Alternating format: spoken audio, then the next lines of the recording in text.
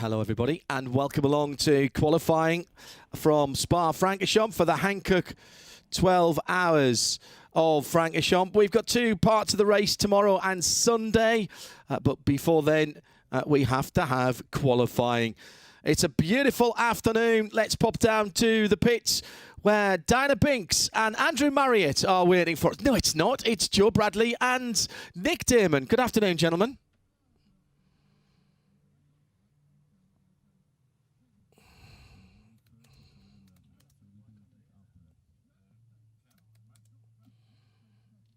It's dry, but Joe, a very tricky new track meeting the drivers. There's been some slight variations to the track here at Spa. The gravel traps have been brought closer to the track. Now, Nick, I think that's going to be a factor, certainly in the race, with extra code 60s maybe, but let's see if it's going to be a factor in qualifying. Slightly off track, you're going to be in the gravel, not just on a curb. Once again, a slight change to the qualifying format here. We have 3 sets of 15-minute qualifying sessions with a slight gap in between them. All the cars, all 45 cars will be going out at every single lap, every single session, but a different driver each time. So it's an aggregate of those 3. If you've only got 2 drivers, you get to choose the same one first. Who's that going to favour? Well, you're going to put your fastest driver in twice, aren't you? But I actually love that because the 3 drivers, your RAM driver, in other series, your RAM driver doesn't play his contribution to qualifying. You're always going to put your pro driver in and your superstar in. However, in the 24H series, every driver has a contribution, so it's a complete team effort. And 50 minutes, not many laps around this very, very long Spa circuit. The first section already started. John, take it away. Where would you like me to take it to, Nick? That's the question. The calendar for this year, well, we've already been to Dubai and Abu Dhabi, and we've had our first European race at the 12 Hours of Mugello in March, here at Spa-Francorchamps this weekend, and then off to another 12-hour event at the Hockenheim Ring in the middle of May. Then back-to-back 24-hour races, 2 here in Europe at the Portimao circuits on the Algarve, and then at the Circuit de Catalunya, Barcelona in July, and then a bit of a break till October. And then we finish off stateside with the second running of the 24 Hours of Sebring, which was such a great success through the end of last year. Ben Constantinos is alongside me. Welcome back to the Creventic series, Ben. Good to have you here, and fantastic to be at Spa. Absolutely, Spa is my favourite circuit in the world, and it's great to be once again with the Creventic series, to see this eclectic and varied mix of cars across various different categories, driven by a multitude of various different drivers. It does seem as though the GT category slightly favoured these days by 2 marks, but it is great to see. And one of the things I'm really looking forward to seeing is this is kind of one of the first public showings of the new Spa.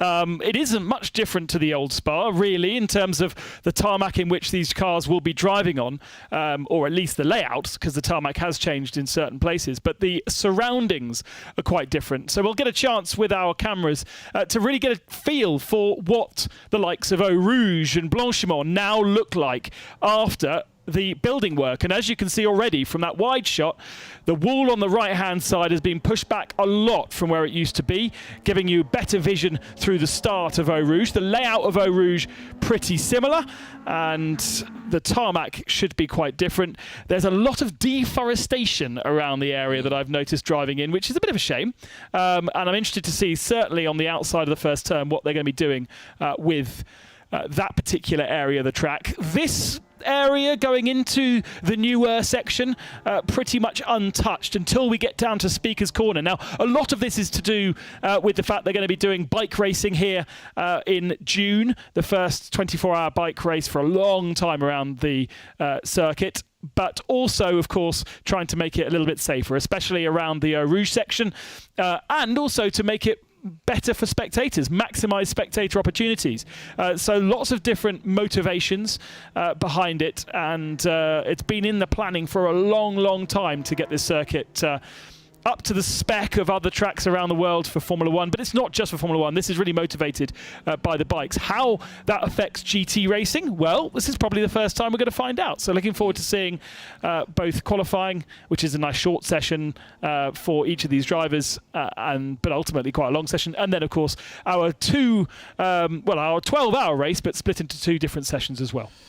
And a lot of people asking about what the view is like from the new grandstand at the top of Radion. It's not quite finished yet by the look of it. Tyler Cook. And so therefore you can't get in there, so we can't tell you that at the moment. But it looks fantastic, and it will have a great view back down towards the sharp end or the start of the lap, of course. We are using both sets of pits here this weekend. The Hankook 12H cars are in the top pits, the Formula 1 pits, and the support races, which are ADAC Formula 4 and the German Prototype Challenge Series. And we'll be bringing you some coverage of that Prototype Challenge later on in the weekend. A couple of races for them. Let's go down to Joe Bradley, who's in the pit lane before we start getting times in. Long out lap here, of course. I'm with a face you might remember from racing in the States. Tyler Cook here. Here for the first time, Tyler. First time here at Spa. You're in the 710, the Lightman Lamborghini. What's your first thoughts of Spa-Francorchamps? This place is cool. You know, I've raced a lot of tracks all over the world, and this has to be probably one of my top. I mean, the guts it takes to do a Rouge, do the fast left-hander, do every corner here, it's just unbelievable. And what Spa's done with this place is it's really cool. They've really made it safer with all the sand traps. It kind of sucks because a lot of Code 60s come out, but you know, you have to care about safety more than you have to care about Code 60s. And you mentioned, we've just been chatting there, you've raced in Europe before, you've raced at the Nürburgring, but the first time here, this place is completely different, isn't it? Oh yeah, I've raced, you know, Portimao, Monza and Hockenheim and Nürburgring, and they all have their unique characteristics. And this one here, there's no words that can describe it till you actually drive it. When you finally drive it, you're like, wow, okay, iRacing doesn't do this justice at all. You know, iRacing really helps out a bit, but when you finally feel the compression and you feel your back come together, you're like, yeah, you know, I'm going to the chiropractor on Monday for sure. Now this qualifying session, Kerong Lee in the car at the moment, Jean-Francois Bruno's going in second. You're going to go in third. What's your thoughts on the shared responsibility of qualifying? Q3 seems like a pretty big responsibility, but I'm going to enjoy it. You know, it's I've done, I think, a total of 7 laps so far, and every lap's been pretty cool, pretty new, and, you know, trying to find limits of the car. We're just trying to get to the front of the field. It looks like we're going to be in the middle of the GT3 battle, so that's going to be a little bit fun. And, you know, I'm trying to help John and Kieran just keep the points lead, so hopefully we can do that at the end of the Sunday. I'm pretty sure, Tyler, and Hindhoff does remember you, of course. He said he wouldn't remember you. You wouldn't remember him. Of course you do. I don't know. Sometimes. Hindhoff has so many people he has to see. Yeah, but he's got a brain that never forgets anything. He's like an elephant. I know. It's like English people know a lot of people. Thanks, mate. Best of luck for qualifying. APO Sport 280 in the gravel, I'm afraid, and this is gonna be one of the problems. And we might as well have this on a hotkey, I think, Ben, because the addition of the gravel traps means there's more places for cars to get stuck. And at turn 19, which is coming down the hill, we should mention the names rather than numbers here, of course, but it's listed as turn 19. I'm going to say turn 19 is Blanchimont. Coming in, no, it's actually coming into the chicane at the end of the lap. The bus stop. Yeah, exactly. Yeah. James May aboard that car. James May back in the series after a long time away, and good to see them back. She had a garage with them in my only Creventic race, which is back in 17 now. I was wondering when that was going to be mentioned. Well, I shared a garage with them. You can't change it. They were in a Porsche. 6 minutes into the session. Well, you know, you can't stop. They were in a lovely Porsche in those days. But they're back. The Mays are back in that number 280. But unfortunately, that Ginetta looking very Ferrari-like in that dark red, particularly from profile. And already we are into code 60. this is a problem because it is stopping people getting their laps in. As it stands at the moment, Olivier Estevez in the Sontalok Racing Audi. In fact, it's two Audis at the top with Jutta Racing in second, 26 and 71, but absolutely nothing in terms of lap times, competitive lap times that have been put in the bank for the moment. And we're already pretty much halfway through this session, so depending on where you are on track and when that code 60 gets put back in, it's going to be very, very hard to get a full clean lap in. There's a lot of cars obviously out on track as well.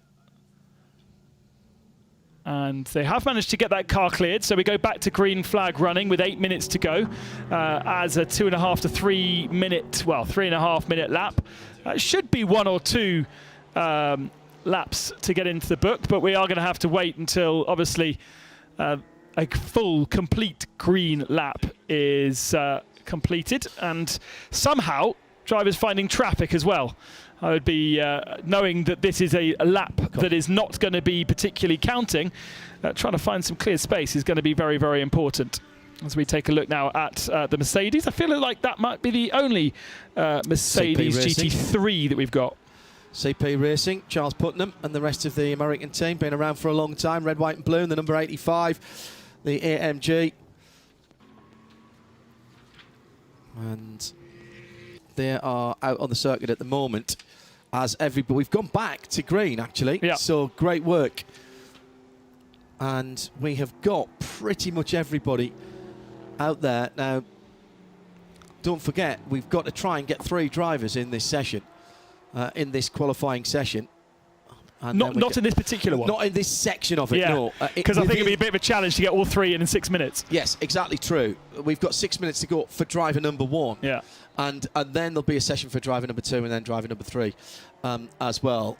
Which is a completely different system to what we've seen for many, many years. So for those teams that are new to, those teams that are used to Creventic, this is a brand new system for them to get their heads around. It does mean a hell of a lot more traffic because we don't have that split of the TCX cars and then the GT3. Everyone's on the track at the same time. And then they all come into the pits and they all change drivers and they all go back out again. So traffic, something that really hasn't been an issue in Creventic qualifying in previous years, much more of an issue now. 2 separate races, of course, with the GTs at the front of the field and then the TC endurance cars, TCE part of the class. They're running different championships, and within them there are different classes, of course. TCRs being at the sharp end of the field of the touring car field. That will not surprise you at all. And a decent turnout from the TCRs here. They go very well around this circuit. One of the things that has changed is the no-name left, Speaker's Corner, as the locals call it here, because if we were at the other end of the pit lane, it's the place at the end of the circuit there coming down from Brussels that you can see from the commentary area, and you certainly used to be able to see it many years ago when I was at the top of the tower on the other side of the track. You could see that area. That was the first place you saw them coming back down the hill, and therefore it was called Speaker's Corner. There is some new tarmac on the inside, and there is a new part of the track there, which presumably is for motorbikes, that gives the bikes more runoff coming down that hill. It's also really tight, so it's going to be out of Brussels for the bikes, sweep across to the right-hand side of the road really early, and then cut back in a diving left-hand turn down the hill, and then plunge down to the double gauche, the Pouon corners further down the hill. I'm really looking forward to seeing the bikes doing that. We're not using that. We are using the standard setup here this weekend. And although I am told by everybody, although it looks very different through Eau Rouge and through at the top of the hill, that track has not actually changed. Yeah, exactly. It has new tarmac. Yes. But that is it. They've certainly smoothed out the bumps that were just in the middle part going up the hill to Radion. Yeah, I wonder whether they've built it up at all in that compression, just to make the compression a little bit smoother. Because there was where we had flooding last year, last April. Washed a lot of the track away. Washed the bottom of the track away, and it started to collapse. So we're not going to be able to see it from that camera angle, but they may have just filled it in just a little bit.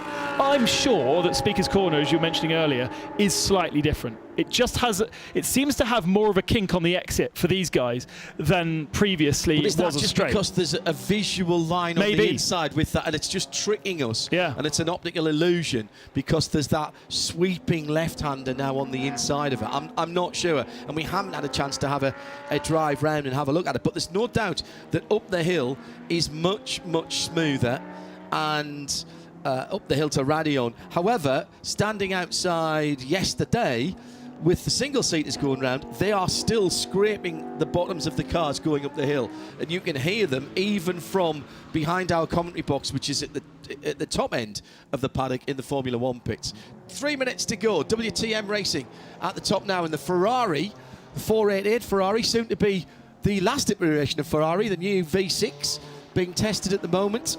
And we've got a new Porsche coming in, GT3 as well, of course, with the 992 version of Porsche's GT3 runner. It was here last weekend or the weekend before, doing some testing, being in the customer's hands early next year. So Jochen Krimbach for WTN from Bodar by Baz Kooten Racing. Baz Kooten with the Bentley Continental. Great to see that again here. Bob Herbert in second, 221 and 224, then a 226 for Jutta Racing. Andreas Gelsinis. And then Santalok Racing, Oliver Esteves. Those two times were put in earlier on. Car Collection makes it 3 Audis in a row.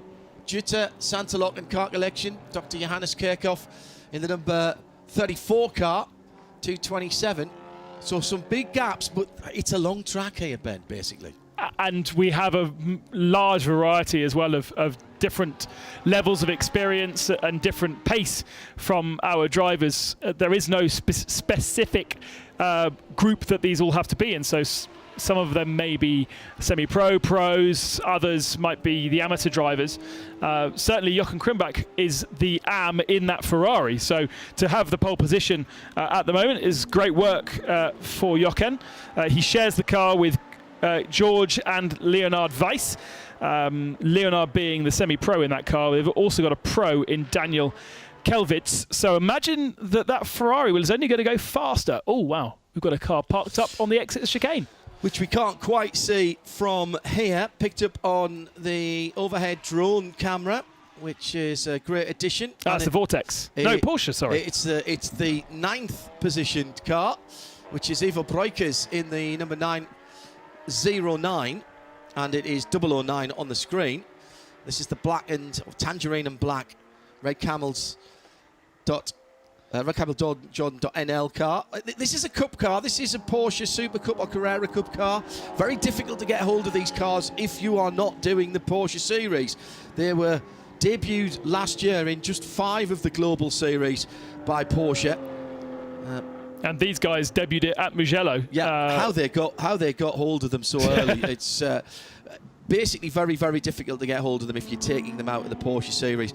Coming online for more cars this year, for more of the Porsche series. British Carrera Cup are getting them for the first time this year. And there's another, I think, 15 or 20 gone to the States this year. So Weissach, which is Porsche's motorsport division just outside of Stuttgart, have been shelling these out very, very quickly. Checkered flag is out. They've been busy boys and girls there because they've had the new GT4 Porsche as well, which is the Cayman, that they've been firing out the new version, the Club Sport version of that car. Plus they've been working along with the guys and girls at Flacht on the road-going versions of these cars as well. So it's been extremely busy in a time for all auto manufacturers that it's been difficult to get supplies. And indeed, there's still no spare chassis out in the States for 40-odd cars in the Carrera Cup North America presented by Cayman Islands.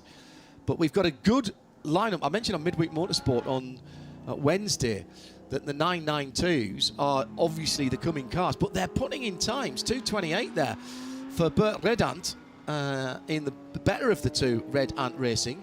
Redont, I suppose I should call him, although the team is Red Ant, and there is a Red Ant on the car. And 2:28.2 from him is a pretty steady time. He's in amongst some of the back of the field of the GT3 AM category there. That's how quick those Cup cars are. I'm waiting to see if we get any more improvements, because the gap between first and second is over 3.5 seconds. So the Ferrari that has our provisional pole after this first qualifying has a healthy margin over Bob Herbert in the Bentley. Bentley has done a 2:24.9, and then Jürgen Haring in the Herbert Motorsport Porsche, the first of our Porsches, sits another 0.8 back from that. So big gaps, as we mentioned, but partly probably due to the fact that people will have had the best of the tyres at the early part of that session when the Code 60 flew, and we only saw about 10 finished laps before that Code 60, so it shouldn't really have affected them too badly. But Charles Putnam then jumps into second position, so fills the void between Krumbach and Bob Herbert, and that was a late flurry, because that Mercedes was not up there. So we've got Ferrari, Mercedes, Bentley, Porsche, Audi top 5 after Q1. Ben Constanturis and John Hindorf in the booth. In the classes, the GT2 quickest car is Ivo Breukers. Actually, he's the fastest in the GT2 class. In 992. In 992 AM, it is that Red Ant Racing pair that are first and second, the 903 and the 904, with Kari-Pekka Laaksonen for HRT Performance in third. GTX has the RD Sainz Lamborghini Huracan Super Trofeo ahead of the Vortex 701, so that's 720 from 701. It was Lionel Amarouche in the Vortex. In the TCR category, it's the Thai Seat Cupra Leon competition from BBR. Munkong Sathian Thirakul doing the first of the driving there. And big damage on the side of the Wochenspiegel, number 22. Oh, is that just a livery? That just crumpled paper, is it? Oh, yes, you're absolutely right, Ben. You're absolutely right. Sorry, yeah, thanks, Nick. It is the livery rather than the... it does look like it from our screen, particularly with the right rear wheel being taken off there. I thought, oh, that's had been in the wall. That's a great livery as well. Remember that from last year. That's down in 23rd position. So... yeah, quickly run through the other. GT4 is Alfab Racing in the McLaren, the 400 there on the top of the pile for GT4 at the moment, with 2 more sessions to come. TCX is the Valuga 718 Cayman, and the number 205. There's your provisional pole sitters. Nick Damon's down in the pit lane with Joachim Krumbach. Jochen, that wasn't just the fastest lap, that was the fastest lap by 3 seconds. What's the secret? The secret was to get a clear lap, honestly speaking. So it was not my very best lap. It was a good lap, yes, but the secret was to hit the point where you know, okay, now it should be clear. Yeah, because you know it changed a little bit, the art of qualifying this year. That means you have to qualify with all cars, and this makes it a little bit more difficult, because the gap between the slowest and the fastest car is quite big now, so it's not so easy to get a clear lap. I mean, how much extra probably was given the fact we had a couple of minutes of Code 60? That upset your run as well? You mean when the Code 60 was?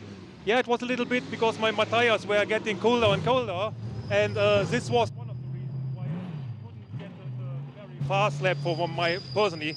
But yeah, I could touch a clear lap, as I said, but the Code 60 doesn't really help, yeah. So who's out in the car next for you? Next will be Leo Weiss, yeah, because you know, he is now the silver driver because he's a young guy. For me, it's the opposite. I was a silver before, but now I have my age where I got to the AM, so I'm happy. Nothing like being a bit older. Yeah, I'd be sort of like lead or something lower than that, plastic. So I'm slow and old. Thank you, Jochen. Well done. Congratulations. 3 seconds on the pole so far, but it's aggregate of the best 3 drivers' best laps, John. Solder. I always say I'm solder, Nick. Thank you. It was so useful. I can't see myself being even useful in the car. Tinsel. How about tinsel? I'd like to be duct tape, but I feel that's really picking my part up. Thank you, Nick. Nick Damon down there in the pit lane with Joe Bradley. They'll be patrolling the pit lane for us this weekend. And big thanks to Pitwall Live, pitwall.live as well, for their timing and scoring, which we've got up in the studio. And we're just learning things here and about how I've set up me widgets today, which I'm very excited about, particularly for the race coming up. More important, I think, for the race later. And we'll be able to get the strategy screens running as well. So we are ready to go for the second part of qualifying. Second drivers getting bolted in, have been bolted in. We've got a line of expectant drivers with the cars pointing towards the slightly downhill and then harsh right-hand turn at the exit of the pit lane. And right at the front is the almost rhubarb-coloured, purple and black-coloured sort of licorice and rhubarb. Remember those licorice and rhubarb sweets, boiled sweets you used to get when you were, well, you probably didn't get them, Ben. They'd been taken off sale by the time you came around to that, because they were probably doing weird things to our inside. Another 15 minutes then on the clock. The green flag waves, and they are going out of the pit lane. Nothing quite like having a TCR car in front of the GT3s coming out of pits. Yeah. Giving himself some clear track for all of about 15 seconds. Yeah, and interestingly, actually, I just realised that he wasn't actually at the end of the Formula 1 pit then. He was at the end of the endurance pit. Yeah. So he was straight through the bottom of Eau Rouge and now filters onto the track. Radion and... well, 30 seconds. He managed to stay ahead for 30 seconds as the blue Audi sweeps through, followed by the Bentley. Very, very distinctive Bentley. Big frontal area with the number 6 on the grille, the wire grille there, evoking memories of the big supercharged, the blower Bentleys from back in the late 20s and early 30s. And the dark colour with the red stripes on makes that one easy to identify.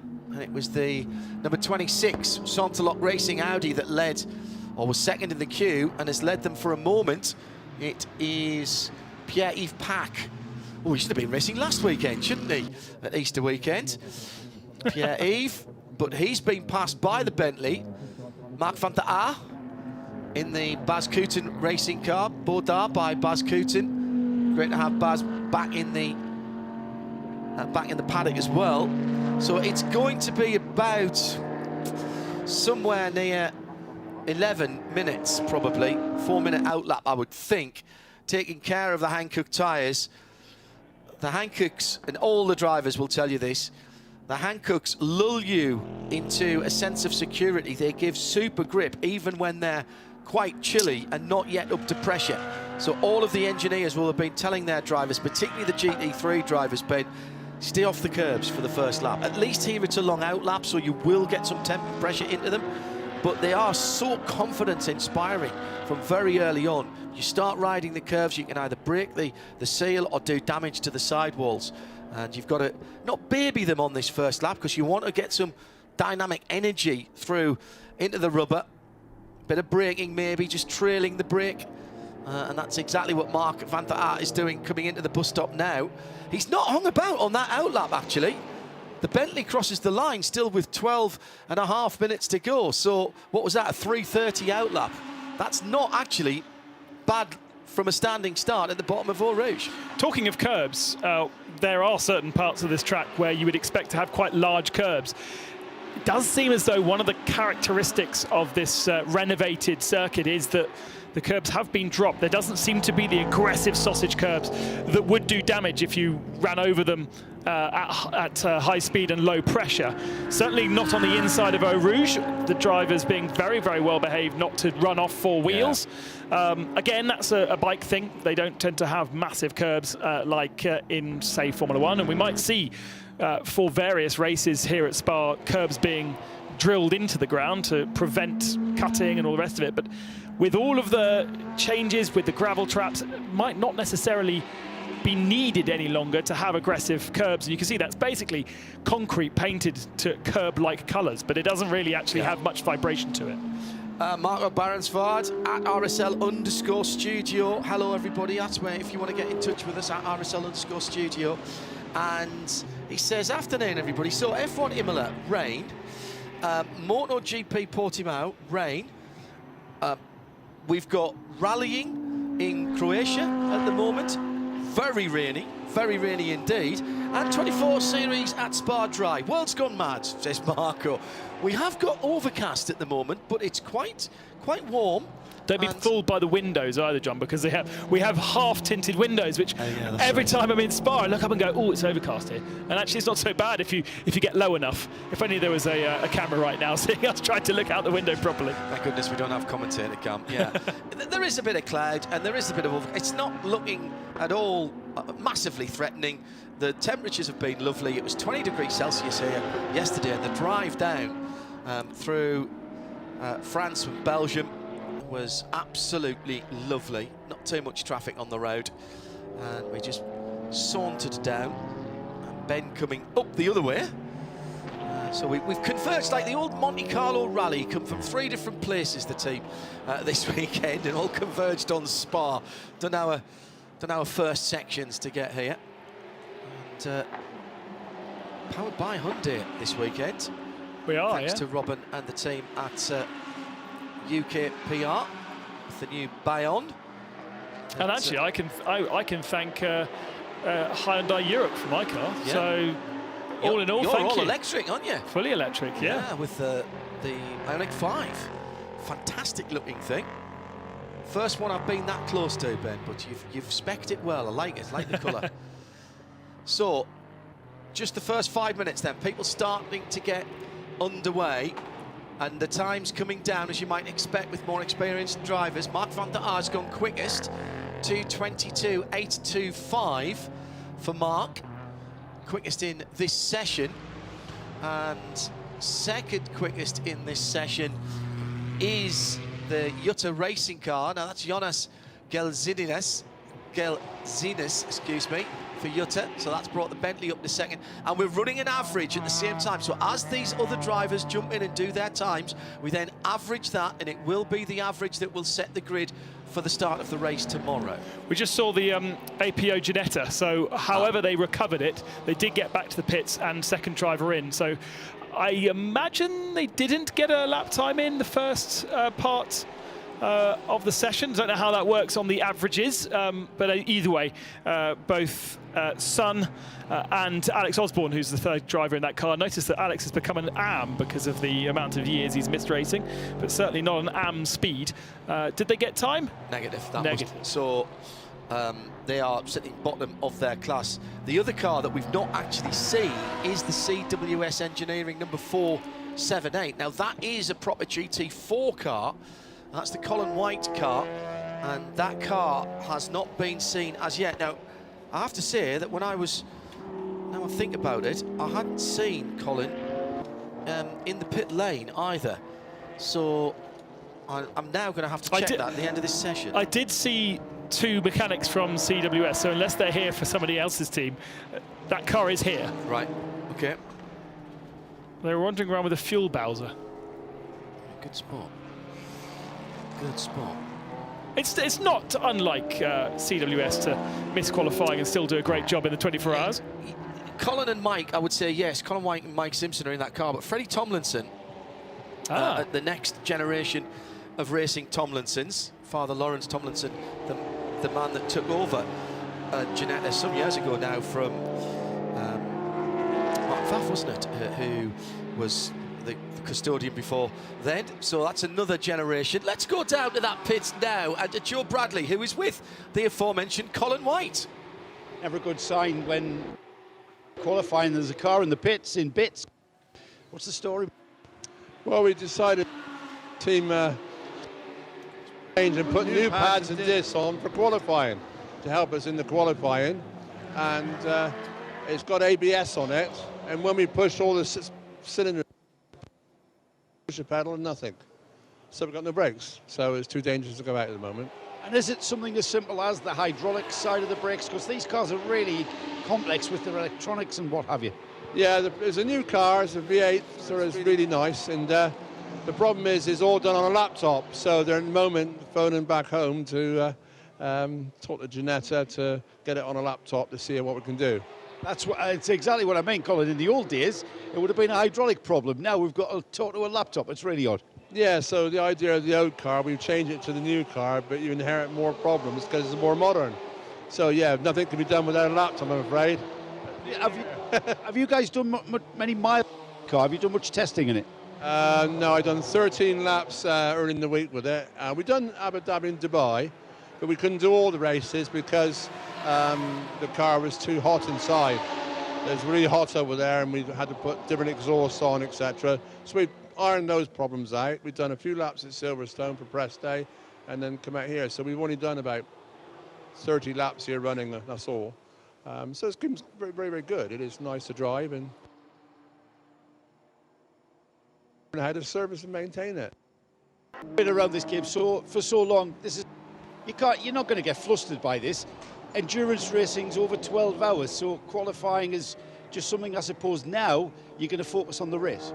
Well, it's all about having a bit of fun from the rear, overtaking the ones in front of you, isn't it? To get to the front. You know, it's a bit boring if you start at the front all the time, isn't it? So it'll be great fun to come from the back and try and win. I know you're going to have fun, mate. I know you are. Colin, I'll leave you to get back on the job, and we just hope that the CWS Ginetta gets sorted. That brake issue, not as straightforward as we would have liked with, you know, hydraulic brake problem. It's all about the management systems, isn't it? The electronics. How good does that V8 engine installation look in that car, and how far back is that push? I know it's a front engine car nominally, but in the spirit of the old front engines panels, maybe, Ben, that's a front mid-engine car, isn't it? That lump's been pushed a long way back there. Perfect to have it exactly where you need it, and in the centre of the car for central weight distribution is exactly where you want it. As we monitor 159, which is Candy Kasuri for BBR in the Cupra Leon competition. Various different iterations and generations of that car over the years.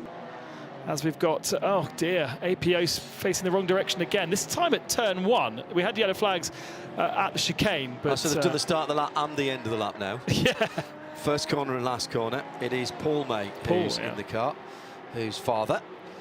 And it's a lovely, dark, sanguineous red colour. Very reminiscent of older Ferraris and Maseratis for the, so, you know, Ginetta, Yorkshire Ferrari, maybe? Let me go for that. It's the intake on the front of that car that always makes me think of a 575 Maranello. That straight ahead shot when you see that, it always makes me think of that. Lovely cars to drive, the G55s running in the 280s, running in the GTX category. Whereas the Colin White car that is being fixed is a fully homologated GT4. This is a V6 car, and they run a 3.5 litre V6 of Ford origin.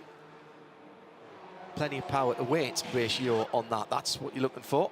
Meantime, in the pit lane, the very distinctive 706, the dark grey and bright orange Bentley, which was, I think, provisional pole when it came in, but Leonard Weiss has gone through. And track limits, penalties will be processed after the qualifying session. Yay! Well, we have sometimes seen them processed immediately, to be honest, so we're going to have to keep our eyes. Everything will be provisional at the end of the next session. Of this one, we have 2.5 minutes still to go.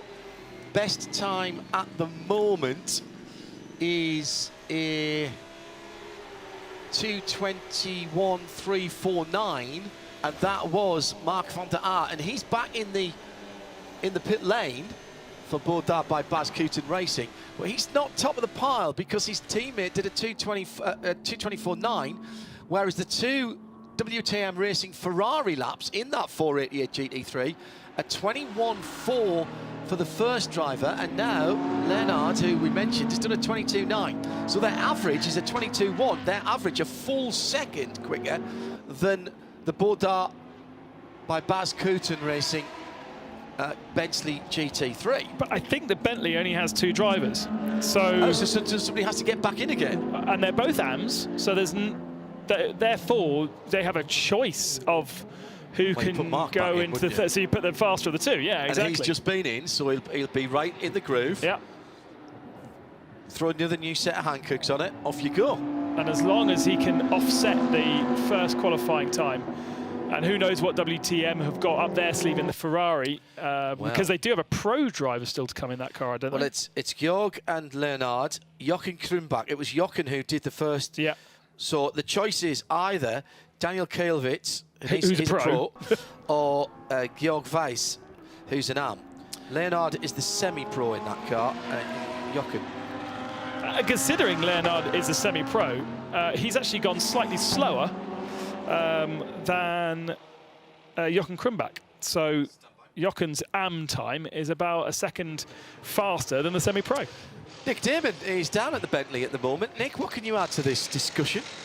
With Bob Herbert. Bob, you ran the first session. Mark's in the car, staying in the car. Talk about how you're managing these 3 sessions with just 2 drivers.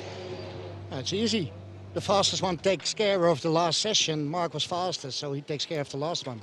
We try to don't take too much laps to save the tires for the race for tomorrow. He did a tremendous job, and only the Ferrari is a little bit faster, so let's see what happens.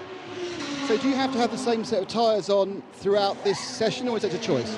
No, we use new ones each session. So they have a first run, and then they're better for tomorrow. So if Mark hadn't been faster than you in this second session, would you have got back in again and done the third one? Yes. Yeah. That's very fair. Yeah, it is. Yeah, the fastest one drives the last one. Great, Bob. And final question, Bob. The Bentley looks fantastic, but it also looks really, really heavy. But as a racing car, is it nimble? It's 1,270 kilos, the same like the Ferrari or the same like the Audi, but it's a big car, so everybody thinks it's heavy. But it's a lightweight car, easy to drive, well maintained. It's more an Audi than a Bentley, but it's a really good car. Well, thank you so much. And yeah, same engine as my car, actually, John, a different version. I do remember one story, but I think that the doors on the production Bentley are 127 kilograms each. So they managed to get down about 10 for the race car. Genuinely, they are that heavy in a Continental. It's if only your RS7, which has exactly the same engine block as that Bentley, was only 1,200 and whatever he said kilos, 1,270 kilos. I suspect, Mr. Damon, it will be much heavier than that. Ben's saying nothing at the moment about weights of cars. I think mine's 1480. I was looking mine up the other day for reasons that aren't really important right now. It's just part of. It is a confusing thing though, that Bentley, because when you look at it, it looks massive. Yeah. It looks big like it must be area though. Yeah, but then actually when you really delve into it, to take off the outer skin, it's so much smaller inside. It's just having to be a Bentley. Checkered flag is out, and also the bodywork itself.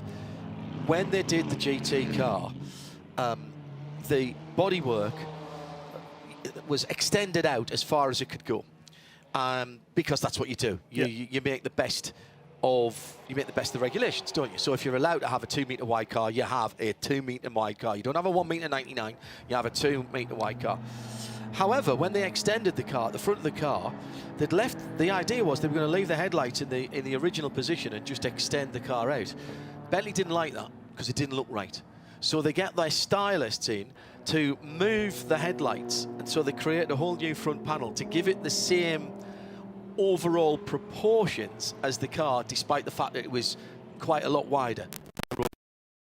Kind of attention to detail, because they wanted it to look good as well as go well. I remember Malcolm Wilson telling me about that, and it would have been Brian, wouldn't it, who was still in charge in those days. And I was like, really? You didn't really do it? Yes, we did. Quick, checker flag is out. We do have a car that's just exited. We've had a couple pits. of cars that were heading towards the end of the pits, including Frank Desoltier on the Lorient Porsche, the 912. This is the silver, GT silver with the black markings down the side. Be the kind of thing you get a big fine for from the FIA, but we're not really governed by the FIA here, so it's okay. Let's have a look. It'll get a slap on the wrist, and he'll have to buy the first round of drinks. Let me see when that car left. Well, we saw him coming up the hill in the pit lane, so unless he'd spun and found himself in the pit lane, I'm sure he's just left the pits. So fastest time in that session went to Leonard Weiss. So he improved down to a 2:21.170. So they've pushed themselves even further ahead on average now. So Leonard was already ahead, and now he's done a 2:21.1, which was quicker than the first driver in that Ferrari. In second, Mark van der Aert with a 21.3, 2 minutes 21.3, is in second. And he's got about...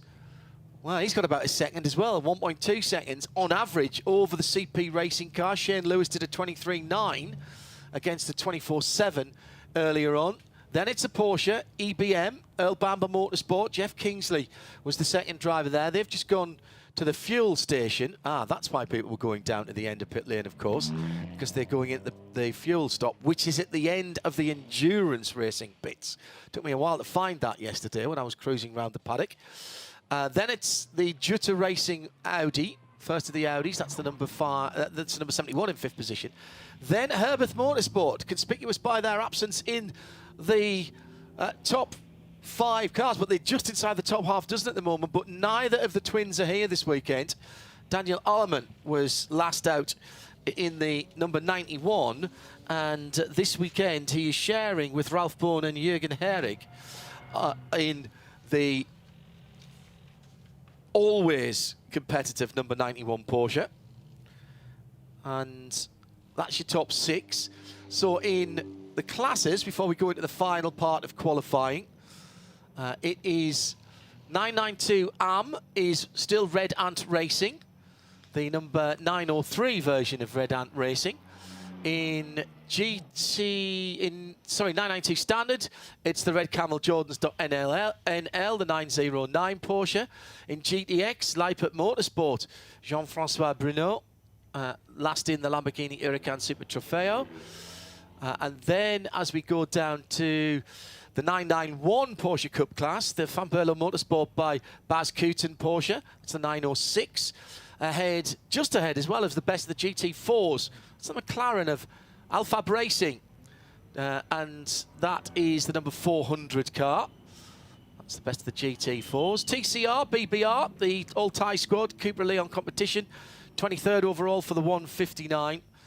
And TCX is the 718 Cayman GT4 Porsche, the Veluga car, the 205. And those are your... Oh, there is a TC car as well, which is the WEC Motorsport, the blue BMW E46 M3. And they are literally in a class of their own, and they therefore are in provisional pole on the 339 with a 43rd position. We've seen everybody except CWS, and APO Sport, of course, didn't get a time in the first, but that car was out in the second. That's the dark red. Joe Bradley down the pit lane. Yeah, Van Berlo Motorsport Porsche. It's Van Berlo Motorsport with Bas Kooten, so Bas Kooten's team looking after the car. The car has not taken any part in the third session here, and that's because of a transponder problem. Marcel Van Berlo has just explained it. I'll get him to give us a bit more insight. Marcel, do you think that we can rectify this and get the car into this final session? I hope. I don't know. Yeah. I don't know. They have to hurry. I know time is ticking. Yeah, time is ticking, exactly. But I don't know. At the moment, they don't find the problem. So I really don't know. Is there any way around the lack of a transponder working? Is there any way you can get out on track and manually time the car? Can you manually time the car in the session? Is that even allowed? Not now, but after it we can. We take another separate transponder so we can solve the problem anyway, but not now, not for this moment. Well, he's going to leave, so I hope it's finished. I hope we did it. Yeah. Let's see. Fingers crossed. Thanks, Marcel. Car's off the jacks, guys. It's about to take part. I'm not quite sure how long it's got in this session. Get some heat and get the tyres optimised and get going, I suppose. Only a minute gone, Joe. So all fine. And let's be honest, Ben. You know, yeah, frustrating not to be out for qualifying, but they've run the practice sessions. All the drivers have been out there, and it's a 12-hour race, albeit split up into 2 parts. But whether they start first in class or right at the back of the field, they have got half a day spread over 2 days to sort it out. Yeah, and with all the randomness of code 60 safety cars and things like that, soon it does become pretty irrelevant, especially for cars in the middle of the pack where there's just so much going on. If you're at the head of the field, you do gain an advantage, but particularly the likes of the Porsches, they won't be in clear track. They won't be faster than the GT3 cars, so they will always have had to deal with traffic. And it's interesting, a transponder issue, because usually a transponder is plumbed into the electrics of the car. You can get transponders that are battery powered which clip into the car, but I'm presuming that one is plumbed in, so making it a little bit harder to work out why it's broken. You can't just pull one off and clip a new one on. But that's what they will do for the race. If they think it is a transponder issue rather than a connectivity issue, which is what Marcel was telling Joe Bradley. So the third and final part of qualifying, we'll average it. Fortunately, we don't have to average it all up. I have had to do that before I think the first time we did it for the WEC at Silverstone a few years ago. We had to do the averages, you know, ahead for that. But thanks to timeservice.nl and their clever software, and indeed our new association with a very excellent online partner, we are all set for all the bits and pieces that we need. Thanks to pitwall.live for their What it doesn't do is it doesn't tell you what the target time is to be on pole. That would be clever. But you can kind of work it out. So this, for example, Mark van der Aar really has to go about, he's got to do nearly 2 seconds better, probably on about 2 seconds better than whatever Daniel Kylwitz can do for WTM. And Kylwitz is the pro in that car, so it's going to be a real challenge. Yeah, I can't see anything other than that gap remaining the same or potentially even going out between that, and that's no disrespect to Mark at all. None whatsoever. Now, Tanat Sathantirikul, who is aboard EMB's car, is known as Mad Cow. Is he not Mad Cow? No. Is there another one that's Mad Cow? No, that is Charan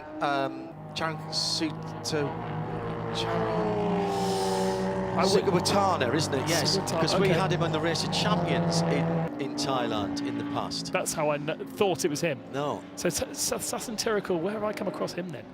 He has raced before in this series, I'm sure. Oh, yeah? And I think he's raced for EBM in some of their Asian outings as well. You're going to look him up now, aren't you? It might be in sim racing. It's Charon. COVID sim racing. Yeah. Hang on. I'll find it. I had to learn that one off by heart because I didn't have time to look at it when we were in the Raman Ganjala Stadium all those years ago. When I still remember you saving the day with the edit of the... Back in the old days. Yes. Working on the machines, mate. 10 years ago, plus. No way. Yeah. I remember Neil Cole and I having to do the VO before we were allowed to go to the airport. Happy days. Happy days. Tanat Sathantirikul, actually not with a huge, only 10 years worth of racing experience. The last couple of years hasn't done too much, but of course in the COVID era, there wasn't very much racing over in Asia. But Porsche Carrera Cup Asia over the last couple of years. FIA Formula 3 for Motor Park in 2015. Maybe it's that then. I've come across him. And now here with an eclectic mix for EBM. Adrian De Silva from Malaysia is the AM. Tanat Sathantirikul is the semi-pro. And then Jeffrey Kingsley from Canada. So you've got a Malaysian, a Thai driver and a Canadian managed by a New Zealander. EMB obviously being Alabama Motorsport. Run by his brother Will, who's a decent driver himself as well.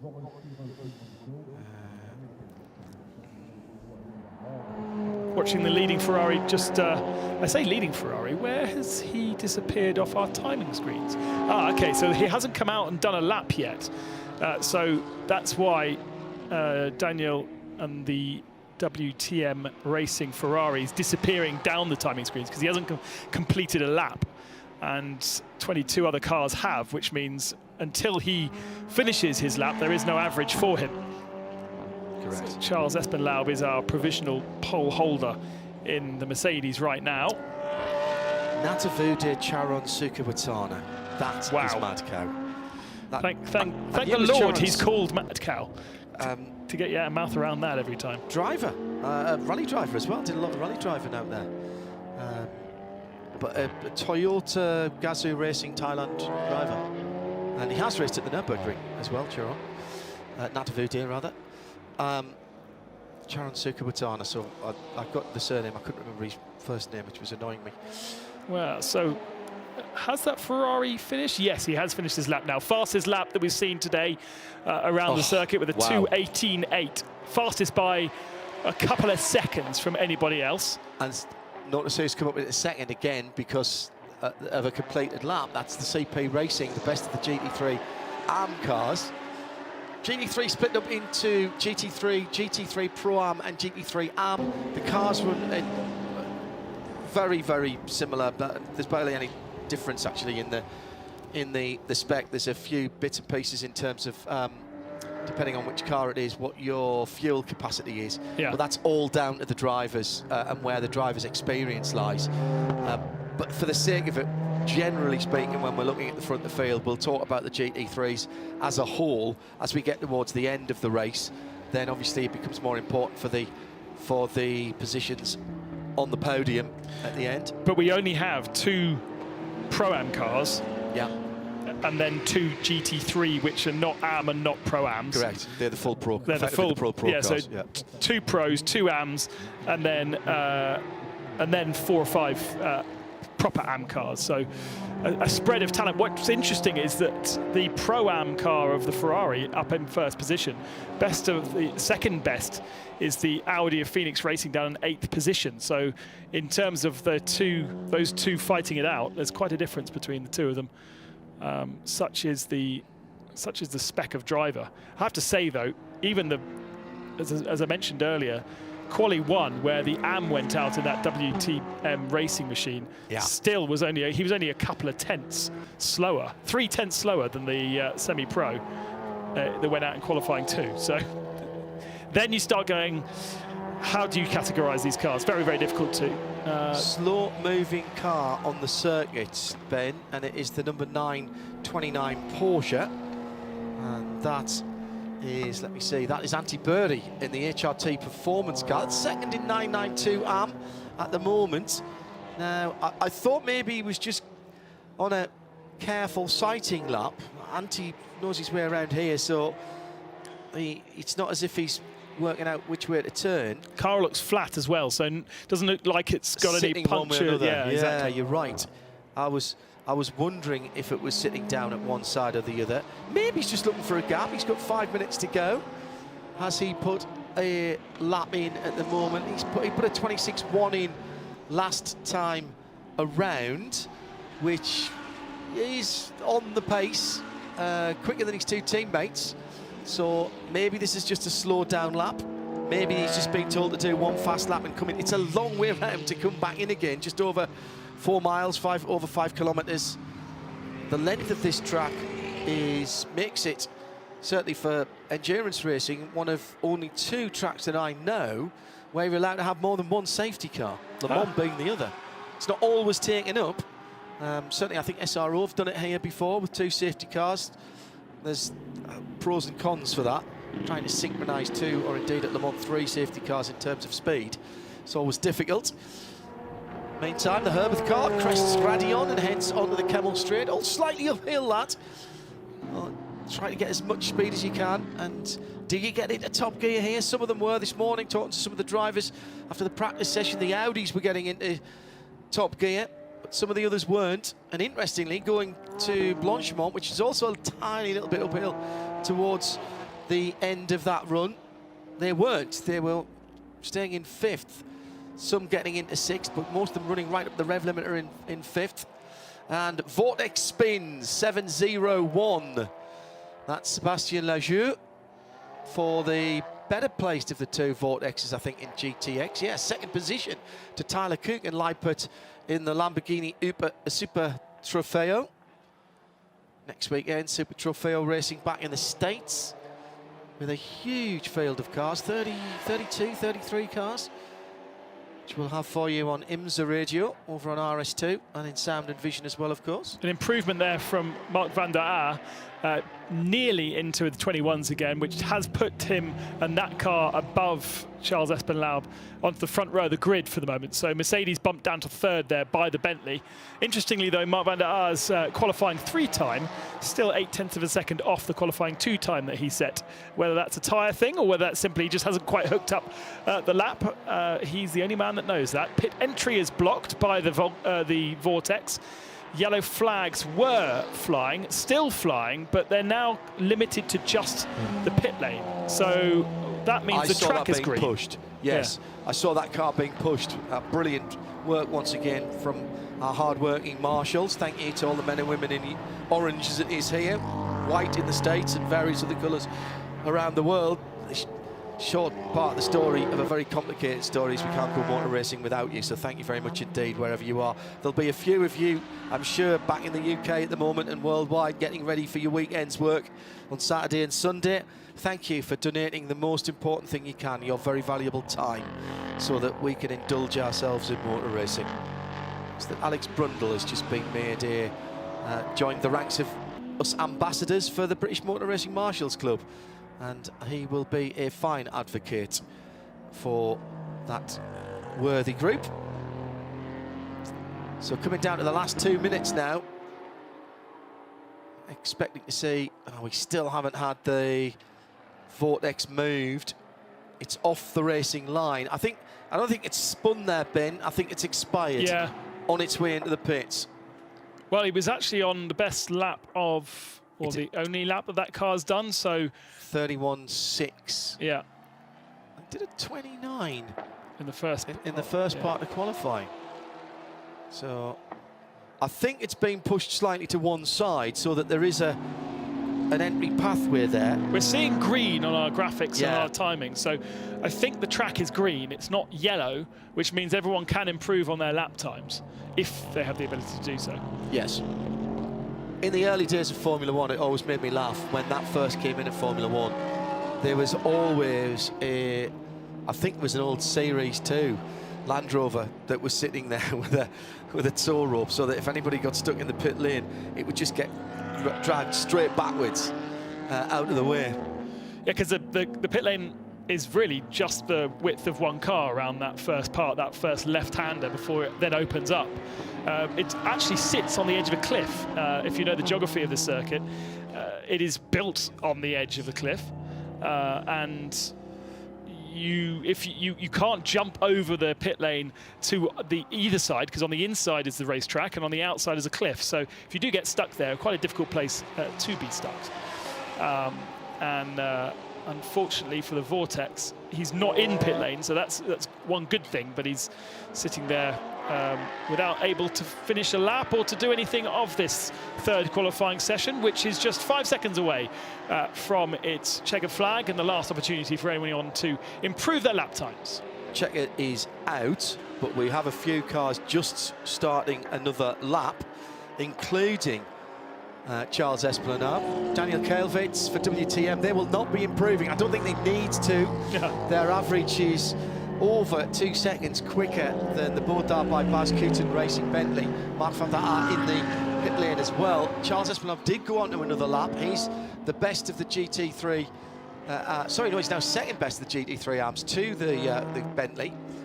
Ralph Bourne's taking the checkered flag for Herberth. They look like they're going to be no worse than fourth position. EBM have gone through leading GT3. But Tanart is still out there.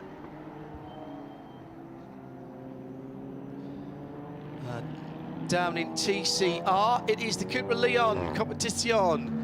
Kansak Kusli is behind the wheel, and Nick Damon is down by the all-tie team. Nick? I am, and I'm with Kennedy Kasuri. A fantastic result again. You've had 2 wins so far this season and now a pole. You're kind of dominating TCR.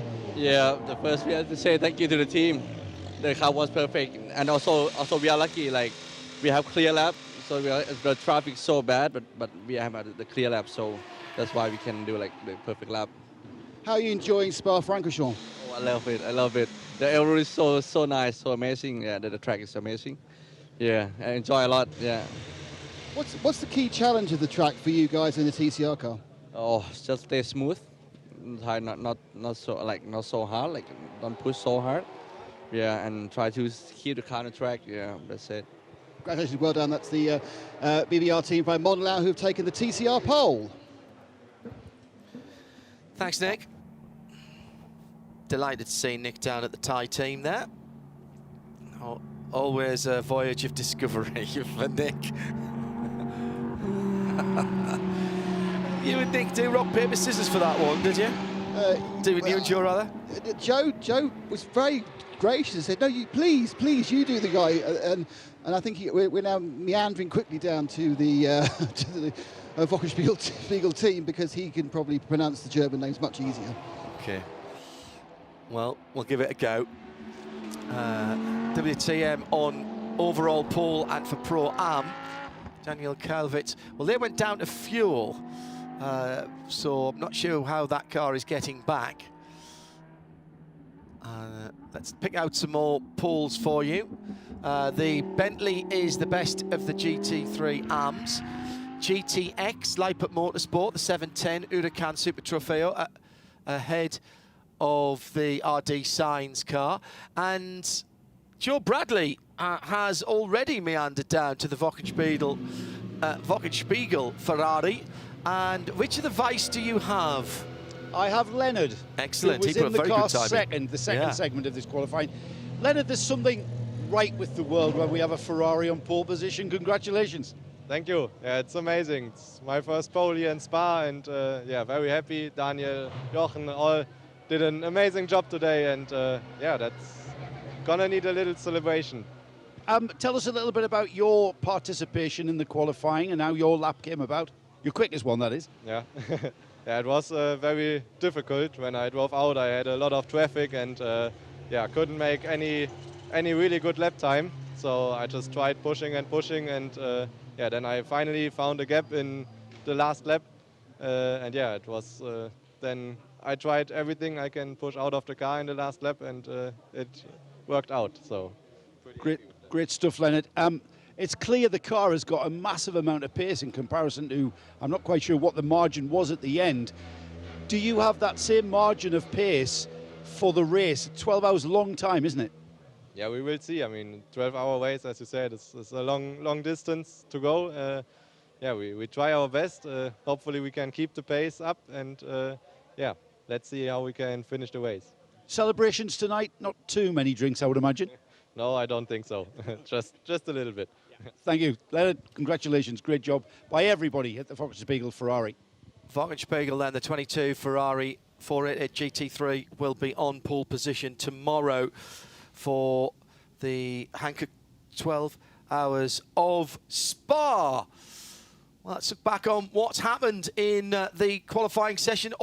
Three drivers had to take to this famous track, the average setting the positions for the grid for tomorrow's race.